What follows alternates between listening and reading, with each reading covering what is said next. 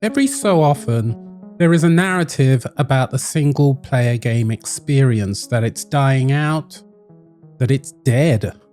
And I just want to address this in this video. I've got some thoughts about it, and I'm fairly certain that there are lots of people out there who probably agree with me. So let's take a look at that.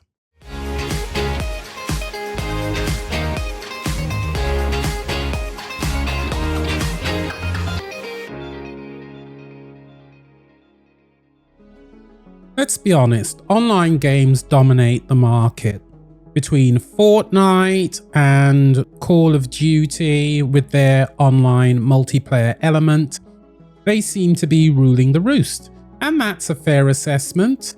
But I have to say, when it comes to the single player experience, it shouldn't be forgotten, as well as its significance in the gaming industry needs to be acknowledged. Because if we go right back to the beginnings of all of this, gaming that is, it was always single player. I want to use 3 examples where I think the single player experience has in part led to the full success of each of these titles.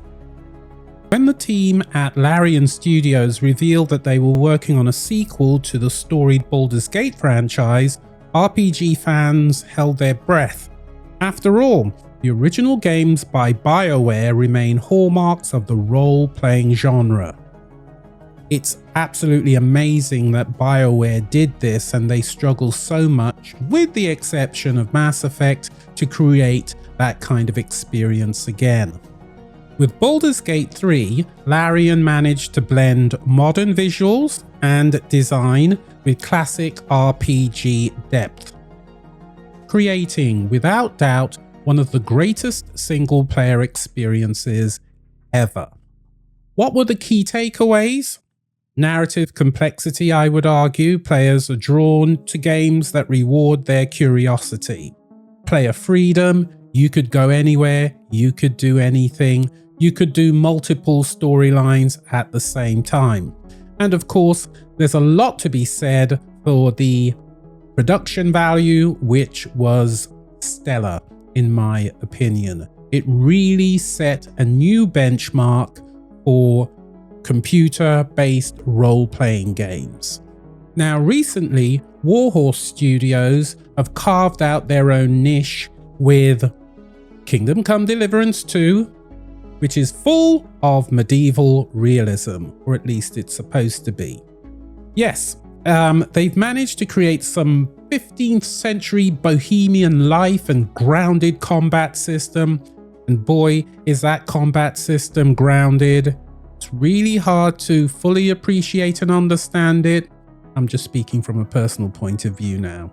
Anyway, what I loved about it, and continue to love because I'm still playing the game, deep historical accuracy, challenging gameplay, remember what I said about the combat, and an evolving narrative. And again, this is all built into a single player experience, not necessarily multiplayer. So again, it is possible for a game steeped in a single player experience to have all the success of the Fortnite and the Call of Duties and games of that ilk. Now, the third example might surprise some of you, but I think it would be fair to say at this point, even though it's just been released, that Assassin's Creed Shadows hasn't been what some people thought it might be. People seem to love it. The player count on Steam is very respectful. And in a lot of the reviews, a lot of people are saying that the story is there to experience and you just need to jump in and work through it. And to me, it seems as though these games have certain things in common, okay? You've got to have a strong story.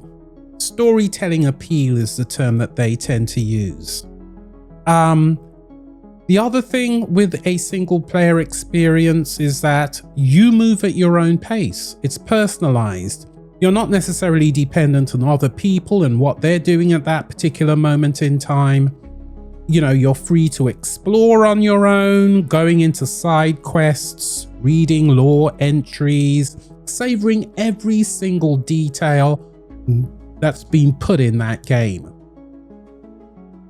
Escapism and emotional impact. The best single-player games can provoke intense emotional responses through well-crafted characters, and boy oh boy was this on show, especially in Baldur's Gate 3.